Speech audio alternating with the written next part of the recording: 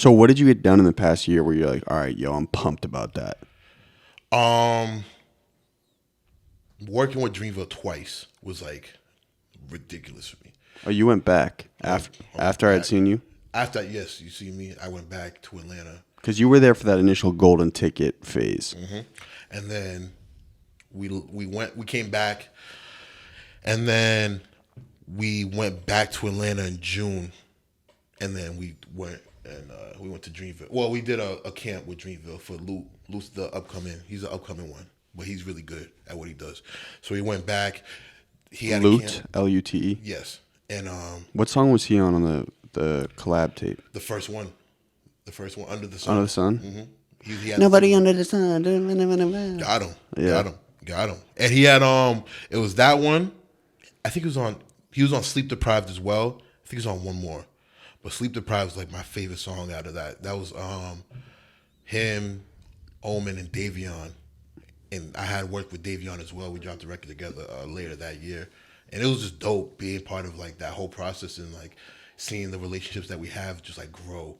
You know what I mean? And yeah, so I went back in June with Luke and Andrew, and we had went to there's a studio called Doppler over in Atlanta. We went over there, and he had like all the session players, flute players, trumpets, sax, any instrument you can name. Someone was there for that, and we just made just the dopest music ever. It was amazing. So yeah, we went back twice. In those two situations, I was just like, yo, this is. I'm not gonna say I'm a brag about it, but y'all gotta feel me. Like it was like, yo, y'all gotta feel me, man. Like stop it. I'm here now, like officially. So yeah, that was so super dope. What did you get done in the sessions? Just a couple beats, or? We got a lot of records done.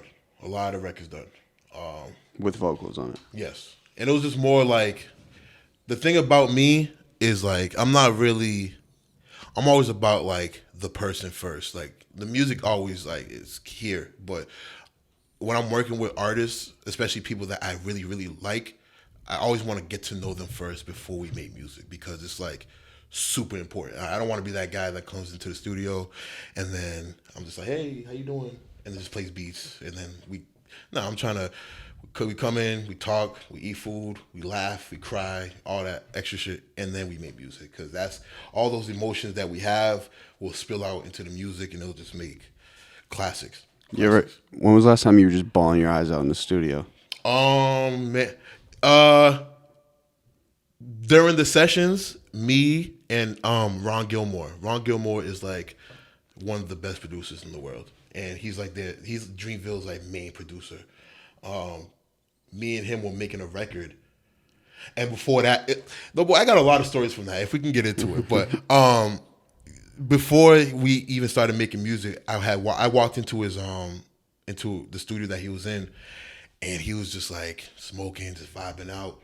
He was like, we just talking, and he had told me like, yo, I played the keys on like he played the keys on one of my favorite songs ever, Marcy Me on Jay-Z's 444. I love that song. Oh dude. my Lord, that's one of my favorite. You like that song, Big Fresh? Marcy Me. Not too familiar with that album. Oh, it's a great album, classic. So that's one of my favorite songs ever, and he's just like, when he told me that, mind you, I was very like,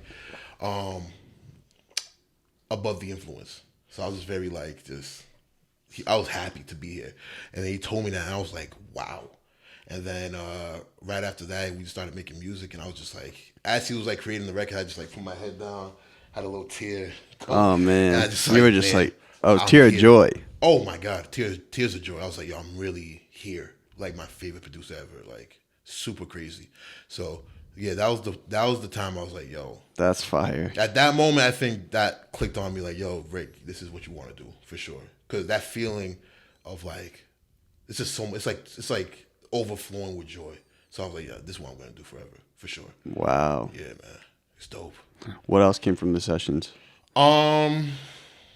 Just a lot of relationships, a lot of Is that like half the battle for a lot of young artists? Because like I feel like that's what you guys are doing a really good job at. Is like linking with tons of people and like shaking hands. And see, that's the thing with like when I tell like when producers like ask me questions and stuff like that, I always say like, yo, you have to know how to talk to people. Like It's in everything, bro. that's with life. You're right. That's with life.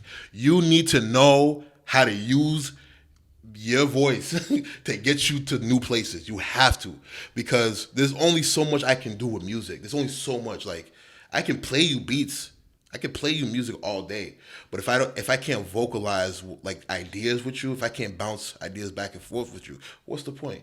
Or even before that, like if I can't even have a conversation with you, what's the point?